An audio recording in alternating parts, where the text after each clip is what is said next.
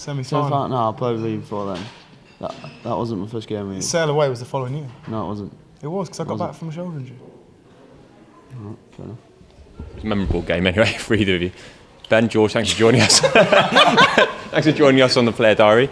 Ben, you requested to be on the diary this week. Tell me a bit about why that was. Well, I obviously heard that you're going to be doing it with George, so it's a good mate of mine, and I just said I'd join him. Yeah, obviously we was at Leicester together for a while. Obviously Ben was in the first team when I turned up in the academy, and then we ended up playing together for a bit. Well, not that much actually, did we? Yeah. The odd game, the memorable games, the semi-final, finals. Some debate with the first game though. Just for the big games. Yeah. I thought it was Sail Away, but obviously not. That was the following year, so I don't know. We did play together at some point. Yeah. Well, obviously we did play together at some point. We've got 100% record though, haven't we? Yeah. Just say that. Yeah, we have. Yeah. Tell me a bit about George Ford then. Tell me what he's like. He's one of those rare talents. I'm going to big him up a bit here. I'm not going to like doing this, but I'm going to big him up. When he come through the academy and he got into the first team very early, he's just kicked on, and obviously the move to Bath has worked out really well for him, and he's playing some great stuff, and just great to see him in the England squad. It's nice to be in the hotel here because he can't get rid of me, and I just spend a lot of time with him really. What was Ben like when you were coming through at Leicester, George? Nice then, wasn't I? No, yeah. To be fair, he was the best lad at the club in terms of helping me settle into the first team environment, to be honest. Obviously with him being a 9 as well, we spent a lot of time together and on the training field, and it's great to be here with him again. Don't take this wrong way again, but obviously miss being around him, day in, day out, because he's a good lad and a top player to play with. Tell me about what today's session involves. What was this Thursday at Penny Hall Park involve? Me and George, obviously the boys on the bench, we sort of just D'ing up against them, and it's more about making sure the team are right, and it's very much player-led on a Thursday, because all the hard work's done on Monday, Tuesday, isn't that right, George? That's right, mate. And so it's about just making sure that we, as a team, everyone's comfortable with all the plays and patterns and whatever we're going to throw at them. Tell me about your kicking at the end of training with Danny Kerr. Obviously we did the bits that we needed to do firstly, and then we had a bit. Vouch for that. Yeah, and then we did a bit of a drop goal competition there where I think we ended up hitting 10 drop kicks. I think he nailed 7. I nailed 0. So None? Yeah, I didn't get any. Yeah, that's not too good, is it? I was going to say I got 40 syndrome, but couldn't hit a barn door. So it's a bit of a tough one, but fair play to Danny. He's a talented kid, no doubt about it. How it normally goes? When it comes to drop goals, yeah, it would be. Have you not seen how many did he bang last year? How many drop goals? You should know that stat. So many, I can't. You should know that stat. I think it's about 4 or 5. So obviously I'm trying to add it to my game, and there's still a lot to work on. There's been a bit of a baby boom, of course, around the squad as well. Tom Wood, Dave Atwood just the other day. You've recently had your first child. How's that? How's fatherhood? Yeah, I'm obviously loving it, and he's great. And obviously George has obviously got one on the way as well. So there's a massive baby boom, and he's obviously looking forward to it as well. Does it change your perspective at all? Does it change your perspective when you're playing rugby? That's not true. Just to let everyone know. Change my perspective. Yeah, when you're playing rugby, does it change things a bit? When I'm playing rugby, I think He doesn't have a kid on the way. No, he does. I don't.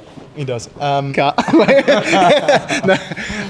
Sorry. The great thing about having a young family, which I've got now, is when you play and you get absolutely smashed by Bath at the Rec by this kid here, and you get home and you have a long bus journey home and everyone's pretty depressed. You get home and you see the little man, and it takes your mind off it really. What was it like that game at the Rec? Ben just brought it up. What was it like for you, George? It was a good day for us, to be fair. I think it was just one of them where everything went right for us and not much went right for you boys, LM. But there was quick enough to remind us that we've got to go back to Welford Road in January. So I never said that. You did, and that's obviously not too far away. And I just enjoy it. Always winning, beating Leicester because it's such a great team is good. But obviously that day was pretty special. So sorry, Lem, but I have to take that one. Yeah.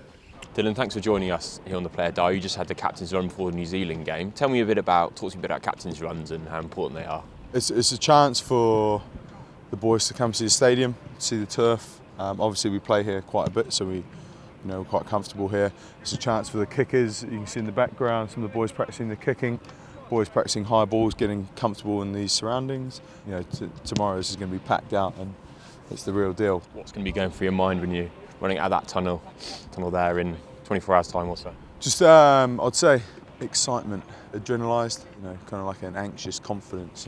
You just want to get out there and play. not nervous, but you just want to get underway. We actually come out here and we've got 8 minutes of anthems. I think we're doing a memorial service and then the haka as well. So 8 minutes is quite a long time when you're all warmed up, ready to go. So I think we're going to come out in our tracksuits and stay warm. What's it like facing the haka? What's it going to be like, do you think? You've done it many times. What's it going to be like on Saturday? I love it. It's brilliant. But I think here's probably the best place to face it because you can see it, but you can't hear it because swing low just goes over it. That's really powerful. When you're in the centre field here and all you can hear is swing low going around, it's pretty cool. Where do you stand at the start of the game? Where do you stand when Owen Farrell's about to kick off? And what's your... I can't tell you that. That's tactical. That's tactical. Okay, what's going through your mind right at the start of the game and you're waiting and seeing Owen kick the ball? Obviously, we might be receiving the ball, so different roles. If you're kicking the ball, it's quite a good opportunity to get a first tackle and get your head into the game like that. And obviously, if you're receiving on the other side, it's a chance for you to kind of get your process, get out of your half really accurately, do the simple things well. Both, whether you're receiving or kicking, it's a good way to start the game if you do the right things well. Do you like to get into the game early with a tackle, a breakdown, or even a throw? Yeah. Get your momentum? Yeah, definitely. Or as a forward, we don't get the ball all that often, so maybe an early carry or an early tackle is a nice way to get into the game, get those kind of what do I call it? It's not nerves, but just get your head in the game. And you don't want to get hyped up too early though. What are you going to do between now and the game to stay in the right frame of mind? Might watch a film, just chill out. Who do you watch a film with? Who do you tend to call in for that? Probably just by myself. You can come hang out if you want. Okay, yeah. Yeah. What have you got on? I might watch Dumb and Dumber because Dumb and Dumber 2 is coming out soon, and Dumb and Dumber is one of my favourite films, so I might watch that. And just finally, Movember again going on this year. Who's involved in the squad? Just the eyebrow tint's going to go on dyeing tonight. Yeah. It will be dyed for tomorrow. Who's involved then? Who are the lads that are really stepping up this year? All the Northampton Saints boys do it, but I've recruited Danny Kerr, Kieran Brooks. Yeah, we've got a few lads on board. I think the Kiwi boys are doing it as well. I think Richie's doing it. So hopefully some 7-day-old Tashes out there tomorrow. We'll see who's been cheating and who's not. But no, I'm looking forward to it. Good luck. We'll catch up with you at the end of November and see how you're getting on. Thank you. Cheers, Dylan. Thanks a lot. Bye-bye. Good luck tomorrow. Cheers.